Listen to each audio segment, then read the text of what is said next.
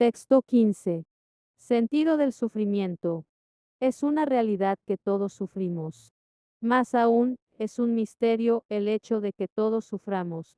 Existe una multitud de teorías sobre el sufrimiento que tratan de explicar este misterio desde los más diversos ángulos en muchas ocasiones, prometiendo que de aceptar tal o cual teoría, quedaremos al instante inmunes al padecimiento y libres de sufrimientos.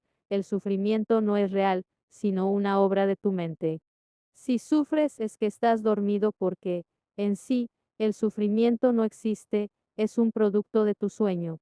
Esta tremenda mentira que forma parte de una peligrosa corriente de pseudo-espiritualidad oriental, intenta dar respuesta al sufrimiento, negándolo, invitando a las personas a huir de él, a no pensar en él, a evitar que las cosas nos afecten.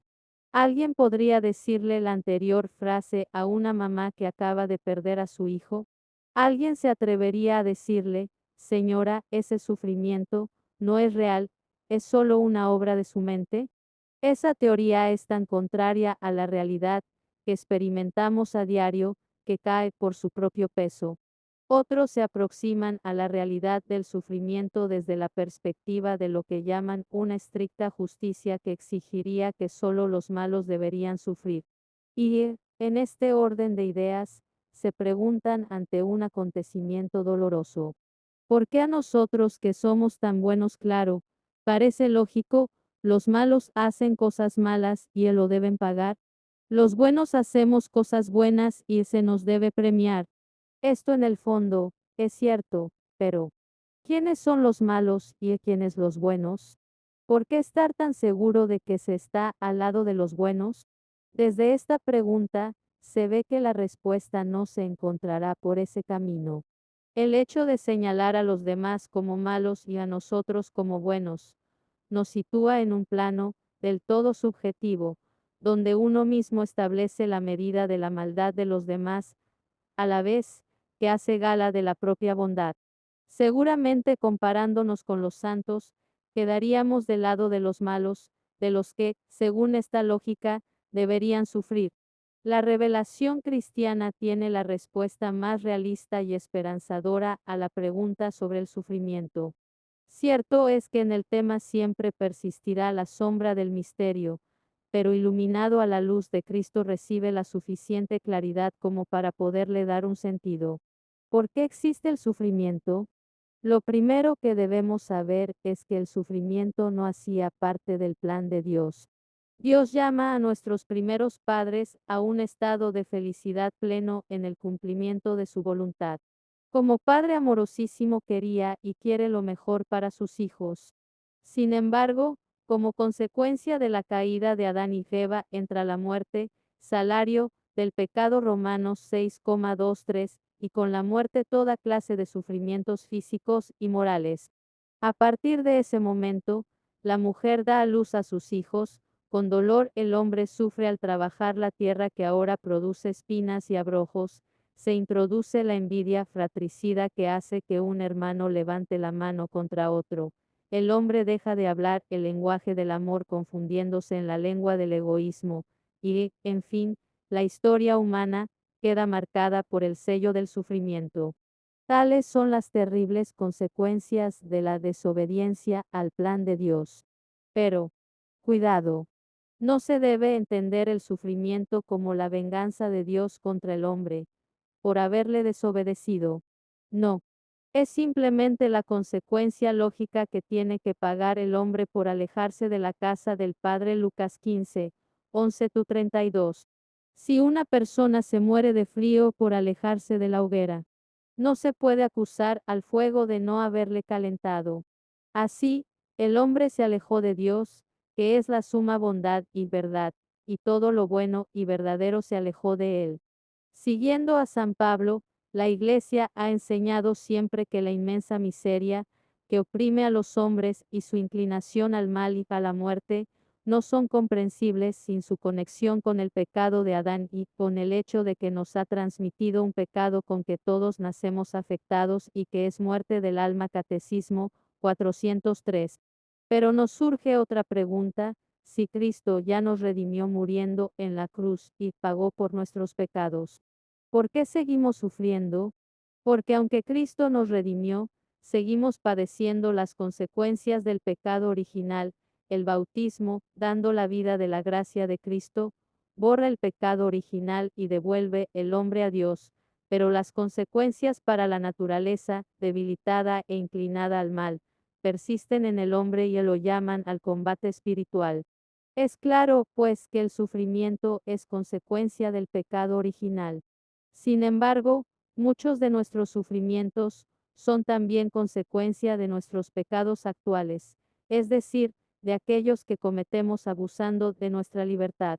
Pensemos un instante en la cantidad enorme de sufrimientos que nos evitaríamos si no pecáramos. Cuántas enfermedades físicas que son producto de los vicios simplemente no existirían, cuántos sufrimientos se evitarían los esposos si fueran siempre fieles, cuántas quiebras económicas no sucederían si fuésemos más austeros y menos avaros, cuántas peleas y riñas nos ahorraríamos si no fuésemos soberbios, cuánta paz habría en nuestra alma si estuviese siempre en gracia de Dios. Por eso se puede afirmar con toda certeza que una persona que inicia un verdadero proceso de conversión se evita muchísimos sufrimientos de esta índole. Pero este es el misterio de la libertad del hombre. A pesar de que se sabe que se hará daño, prefiere, todavía hoy, tomar el fruto prohibido creyendo más a la serpiente que al mismo Dios. Aún con la claridad anterior, debemos seguir reconociendo que el tema del sufrimiento sigue rodeado de misterio. Siempre queda espacio para la perplejidad. En efecto, vemos personas muy buenas, santas, abnegadas, generosas, que sencillamente no paran de sufrir. ¿Qué decir ante esto? Para arrojar una luz sobre este misterio, hay que comprender que todo sufrimiento es producto de un mal, real o aparente, actual, pasado o futuro, y por esto hay que establecer la diferencia entre dos tipos de males, que generan dos tipos de sufrimientos distintos, el mal físico y el mal moral. Dos tipos de males. El mal físico es el que no depende directamente de la voluntad del hombre, sino que se deriva de la propia naturaleza, limitada, contingente y finita del hombre y de la creación. Todos lo hemos padecido y lo padeceremos hasta el final de nuestra vida terrena. Las calamidades provocadas por terremotos, inundaciones y otras catástrofes naturales, las epidemias, las enfermedades, así como la muerte, serían ejemplos de este mal que se denomina físico. Esto evidentemente produce sufrimientos físicos. El mal moral se distingue del físico, sobre todo, por comportar culpabilidad y, por depender de la libre voluntad del hombre. Cuando el hombre hace algo moralmente malo, se dice que ha pecado. El mal moral es radicalmente contrario a la voluntad de Dios. Su autor es el hombre que ha hecho mal uso de su libertad. Pero, ¿por qué Dios no creó un mundo tan perfecto que en él no pudiera existir ningún mal? En su poder infinito, Dios podría siempre crear algo mejor. Sin embargo, en su sabiduría y bondad infinitas, Dios quiso libremente crear un mundo en estado de vía hacia su perfección última. Este devenir trae consigo en el designio de Dios, junto con la aparición de ciertos seres, la desaparición de otros, junto con lo más perfecto, lo menos perfecto, junto con las construcciones de la naturaleza, también las destrucciones. Por tanto, con el bien físico existe también el mal físico, mientras la creación no haya alcanzado su perfección. Los ángeles y los hombres, criaturas inteligentes y libres, deben caminar hacia su destino último por elección libre y amor de preferencia. Por ello pueden desviarse. De hecho pecaron. Y fue así como el mal moral entró en el mundo, incomparablemente más grave que el mal físico. Dios no es de ninguna manera, ni directa, ni indirectamente, la causa del mal moral. Bajo esta consideración podemos decir lo siguiente: no siempre Dios nos va a librar del mal físico, aunque siempre nos dará fuerza para resistir en esos momentos de dolor y angustia que éste pueda generar. Sin embargo, es siempre legítimo pedir a Dios que nos libre de este mal, siempre y cuando nuestra oración esté sometida a su divina voluntad. Padre, si quieres, aparta de mí esta copa, pero no se haga mi voluntad sino la tuya. Lucas 22,42. Librarnos del mal físico no depende de nosotros. Podemos vivir muy santamente y, no obstante, tener sufrimientos físicos. Dios siempre nos dará fuerza para resistir al mal moral. No habéis sufrido tentación superior a la medida humana, y fiel es Dios, que no permitirá que seáis tentados por encima de vuestras fuerzas. Antes bien, junto con la tentación, os proporcionará el modo de poderla resistir con éxito. Primera de Corintios 10,13. Librarnos del mal moral depende de nosotros. Esta lucha contra el mal moral determinará nuestra vida eterna. ¿Por qué Dios no lo evita? En primer lugar, Dios permite el mal respetando la libertad de su criatura. Catecismo 311. Es curioso que generalmente nos dirijamos a Dios pidiéndole que nos libre del mal físico, que es incomparablemente menor al mal moral. Pedimos a Dios que nos libre de la enfermedad, de la catástrofe, de la muerte de un ser querido. E. Si Dios evitara todos los males, no solamente tendría que evitar que una persona se enferme, sino que, además, tendría que evitar que fornique, adultere, robe, mienta, se divorcie, etc., coartando con esto la libertad con que dotó al ser humano. Seguro que el que le pide a Dios que evite todas las enfermedades, no estaría dispuesto a que Dios le encadene en el momento en que va a pecar. Es el precio de la libertad. Pero además, misteriosamente, Dios sabe sacar del mal un bien mayor, porque el Dios Todopoderoso, por ser soberanamente bueno, no permitiría jamás que en sus obras existiera algún mal, si Él no fuera suficientemente poderoso y bueno para hacer surgir un bien del mismo mal. Así, con el tiempo, se puede descubrir que Dios, en su providencia todopoderosa, puede sacar un bien de las consecuencias de un mal, incluso moral, causado por sus criaturas. No fuisteis vosotros, dice José a sus hermanos, los que me enviasteis acá, sino Dios. Aunque vosotros pensasteis hacerme daño, Dios lo pensó para bien, para hacer sobrevivir un pueblo numeroso. Del mayor mal moral que ha sido cometido jamás, el rechazo y la muerte del Hijo de Dios, causado por los pecados de todos los hombres. Dios, por la superabundancia de su gracia, sacó el mayor de los bienes, la glorificación de Cristo y nuestra redención. Sin embargo, no por esto el mal se convierte en un bien. En todas las cosas interviene Dios para bien de los que le aman. Romanos 8,28. El testimonio de los santos no cesa de confirmar esta verdad. Así Santa Catalina de Siena dice a los que se escandalizan y se rebelan por lo que les sucede: todo procede del amor, todo está ordenado a la salvación del hombre, Dios no hace nada que no sea con este fin.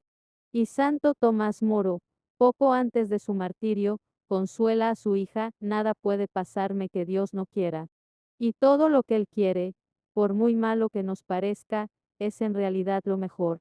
Y Juliana de Norwich: yo comprendí, pues, por la gracia de Dios, que era preciso mantenerme firmemente en la fe, y creer con no menos firmeza que todas las cosas serán para bien. Tú misma verás que todas las cosas serán para bien. Valor redentor del sufrimiento ofrecido. Todos los elementos vistos nos ayudan a clarificar algunas cuestiones del sufrimiento. Sin embargo, la respuesta definitiva al sufrimiento se encuentra en la cruz de nuestro Señor Jesucristo. A partir de la muerte de Cristo, podemos darle un sentido al dolor. La muerte de Jesús en la cruz no es una respuesta al ¿por qué?, sino al ¿para qué? Así pues, la muerte de Cristo en la cruz no responde al desgarrado grito de dolor de la madre, que pierde a su hijo a temprana edad, cuando dice: ¿por qué? Es que desde la cruz, el Señor no pretendía responder a esa pregunta, sino unirse a ese grito diciendo él también: ¿por qué me has abandonado? y de esta manera, solidarizarse con el dolor del ser humano, asumiéndolo y dándole un nuevo sentido. La muerte de Jesús en la cruz nos muestra el amor inefable de Dios y la finalidad redentora del dolor, mostrándonos en Cristo el modelo perfecto y acabado al que debemos imitar en todas nuestras tribulaciones. El Hijo de Dios, que a precio de la pasión más cruel y de la muerte más atroz, nos redime del pecado, nos llama a una vida nueva y nos abre las puertas del cielo, nos enseña que el sufrimiento es un medio de purificación y de elevación moral, un medio para alcanzar y poseer la verdadera felicidad.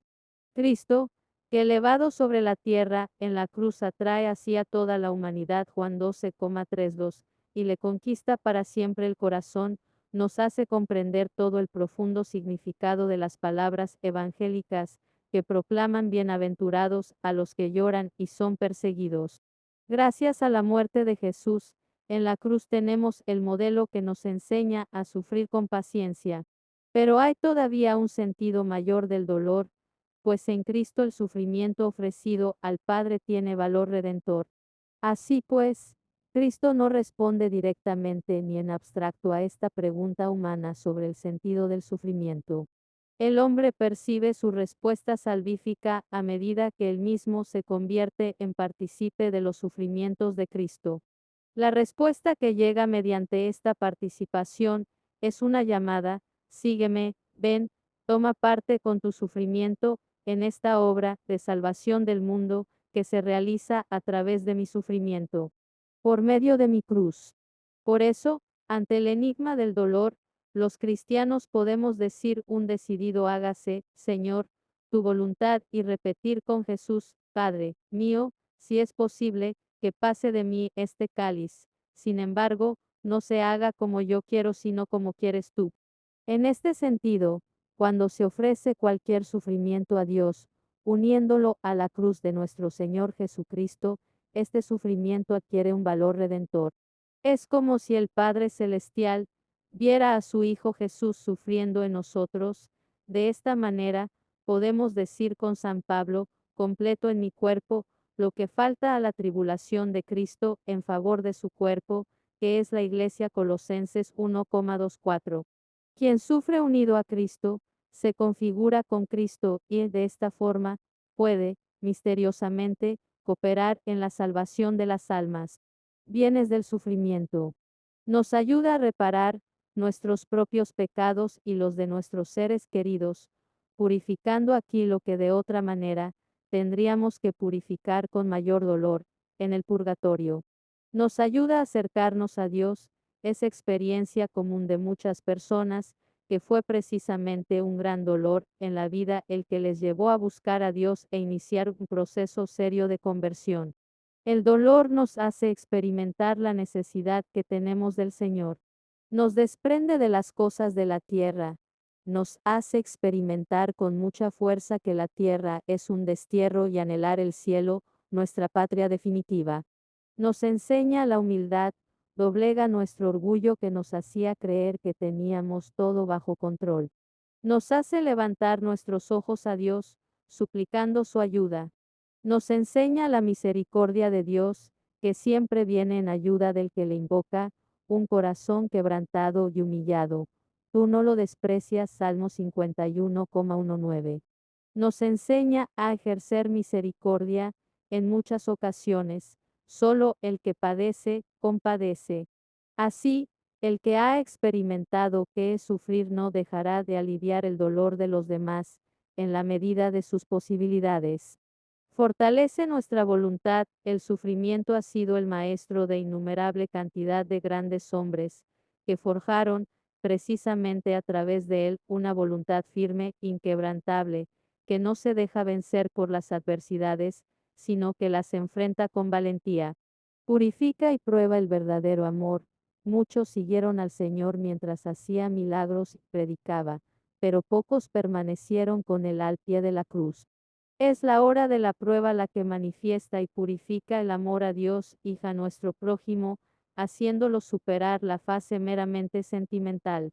Nos asemeja a Jesús y a María, nos configura con Cristo y su Madre de una manera perfectísima, y la santidad no consiste en otra cosa que en esa configuración con Cristo. Estas, sin ser exhaustivas, son las razones por las que la mortificación cristiana tiene tanto valor ante los ojos de Dios y logra tanto crecimiento en la vida espiritual. El dolor será vencido definitivamente. Concluyamos esta lección con unas bellas palabras del Catecismo de la Iglesia Católica que nos llenan de esperanza y fortaleza. Creemos firmemente que Dios es el Señor del mundo y de la historia, pero los caminos de su providencia nos son con frecuencia desconocidos. Solo al final, cuando tenga fin nuestro conocimiento parcial, cuando veamos a Dios cara a cara, Primera de Corintios 13, 12, nos serán plenamente conocidos los caminos por los cuales, incluso a través de los dramas del mal y del pecado, Dios habrá conducido su creación hasta el reposo de ese Sabbat. Génesis 2:2, definitivo, en vista del cual creó el cielo y la tierra. Catecismo 314. Práctica. Realizar una oración ante el Santísimo Sacramento o ante un crucifijo. En esta oración se escribirá toda la vida agradeciendo al Señor por los momentos bellos y pidiéndole que sane los momentos difíciles, a la vez que se ofrecerán esos sufrimientos que se vivieron por la propia conversión.